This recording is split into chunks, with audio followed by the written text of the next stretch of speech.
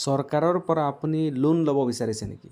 যদি আপোনাৰ লোনৰ প্ৰয়োজন হৈছে আজিৰ এই ভিডিঅ'টো সম্পূৰ্ণ শেষলৈকে চাব। আজিৰ এই ভিডিঅ'টোত আপোনালোকক প্ৰচেছ দেখুৱাম যে আপোনালোকে 10 লাখৰ পৰা 15 লাখলৈকে চৰকাৰৰ পৰা বিনামূলীয়া লোন পাব। আপোনাৰ ঋণৰ প্ৰয়োজন হৈছে নেকি চৰকাৰৰ পৰা? যদি আপোনাৰ ঋণৰ প্ৰয়োজন হৈছে আজিৰ ভিডিঅ'টো সম্পূৰ্ণ শেষলৈকে চাওক আৰু চেনেলটো ছাবস্ক্ৰাইব কৰি লগতে ভিডিঅ'টোত এটা লাইক কৰক। জানি থওক কেন্দ্ৰীয় চৰকাৰৰ 5খন ঋণ প্ৰদানৰ আঁচনিৰ বিষয়ে। MSME লোনত কেন্দ্ৰীয় চৰকাৰৰ বৃহৎ অফাৰ। মাত্ৰ 59 মিনিটৰ ভিতৰতে আপুনি লাভ কৰিব ঋণ। ব্যৱসায়ৰ বাবে এই আঁচনিৰ অধীনত লাভ কৰিব ঋণ। 8% সুদত লাভ কৰিব ঋণ। মহিলাৰ ক্ষেত্ৰত 3% সুদত ঋণ আগবঢ়াইছে চৰকাৰে। নিজাকৈ ব্যৱসায় কৰিবলৈ আবেদন কৰিব পাৰে প্ৰধানমন্ত্ৰী মুদ্ৰা যোজনা আঁচনিত।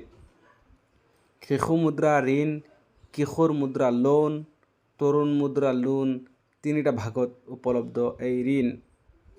নেশ্যনেল স্মল ইণ্ডাষ্ট্ৰিজ কৰ্পোৰেচনৰ অধীনতো পাব ঋণ। বাণিজ্য উদ্যোগীকৰণ প্ৰযুক্তিৰ সৈতে জড়িত কৰিব পাৰে আবেদন। ক্ৰেডিট লিংক কেপিটেল ছাবচিডিৰ আঁচনিটো চৰকাৰে আগবঢ়াইছে ঋণ। দীৰ্ঘদিন ধৰি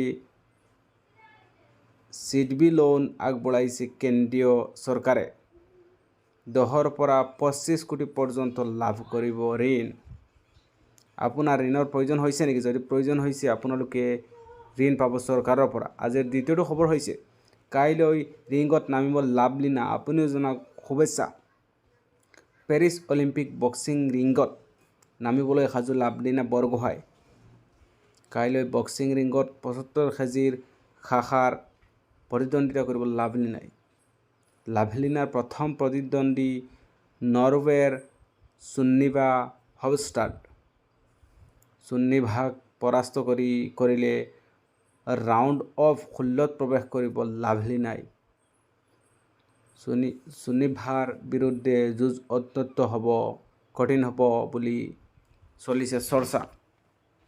টকিঅ' অলিম্পিকত ব্ৰঞ্জৰ পদক জয়লাভ কৰিছিল লাভলীনা বৰগোহাঁইয়ে। লাভলীনাক আপুনিও জনাওক শুভেচ্ছা। আজি চতুৰ্থটো খবৰ হৈছে কেতিয়ালৈ অনুষ্ঠিত হ'ব পঞ্চায়ত নিৰ্বাচন, মুখ্যমন্ত্ৰীয়ে কৰিলে ঘোষণা। পঞ্চায়ত নিৰ্বাচনক লৈ মুখ্যমন্ত্ৰীয়ে ডাঙৰ ঘোষণা। নতুন পঞ্চায়ত প্ৰতিনিধিৰ দায়িত্ব ল'ব লাগিব 31 ডিচেম্বৰৰ ভিতৰত। পঞ্চায়তৰ সীমা নিৰ্ধাৰণৰ বাবে জিলা আয়ুক্তসকলক নিৰ্দেশ। নৱেম্বৰ-ডিচেম্বৰত নিৰ্বাচন অনুষ্ঠিত কৰি 31 ডিচেম্বৰৰ ভিতৰত ল'ব লাগিব দায়িত্ব। আয়ুক্ত সন্মিলনত ঘোষণা মুখ্যমন্ত্ৰীৰ। পঞ্চায়ত নিৰ্বাচনক লৈ মুখ্যমন্ত্ৰীয়ে ডাঙৰ ঘোষণা। নতুন পঞ্চায়ত প্ৰতিনিধিয়ে দায়িত্ব ল'ব লাগিব 31 ডিচেম্বৰৰ ভিতৰত। পঞ্চায়তৰ সীমা নিৰ্ধাৰণৰ বাবে জিলা আয়ুক্তক নিৰ্দেশ। নৱেম্বৰৰ ভিতৰত নিৰ্বাচন অনুষ্ঠিত কৰি 31 ডিচেম্বৰৰ ভিতৰত ল'ব লাগিব দায়িত্ব। আয়ুক্ত সন্মিলনত মুখ্যমন্ত্ৰীৰ এই বৃহৎ ঘোষণা। পঞ্চায়ত নিৰ্বাচনক লৈ মুখ্যমন্ত্ৰীয়ে কৰিছে ডাঙৰ ঘোষণা। নতুন পঞ্চায়ত প্ৰতিনিধিয়ে ল'ব লাগিব দায়িত্ব 31 ডিচেম্বৰৰ ভিতৰতে। পঞ্চায়তৰ সীমা নিৰ্ধাৰণৰ বাবে জিলা আয়ুক্তক নিৰ্দেশ। নৱেম্বৰ আৰু ডিচেম্বৰৰ নিৰ্বাচন অনুষ্ঠিত কৰি 31 ডিচেম্বৰৰ ভিতৰত ল'ব লাগিব দায়িত্ব। আয়ুক্ত সন্মিলনত মুখ্যমন্ত্ৰীৰ ডাঙৰ ঘোষণা। আজিৰ এই গুৰুত্বপূৰ্ণ খবৰকেইটা চাই যদি ভাল পাইছে চেনেলটো ছাবস্ক্ৰাইব কৰি এনেধৰণৰ আপডেটবিলাকৰ কাৰণে চেনেলটো লাইক কৰি ৰাখক। ধন্যবাদ।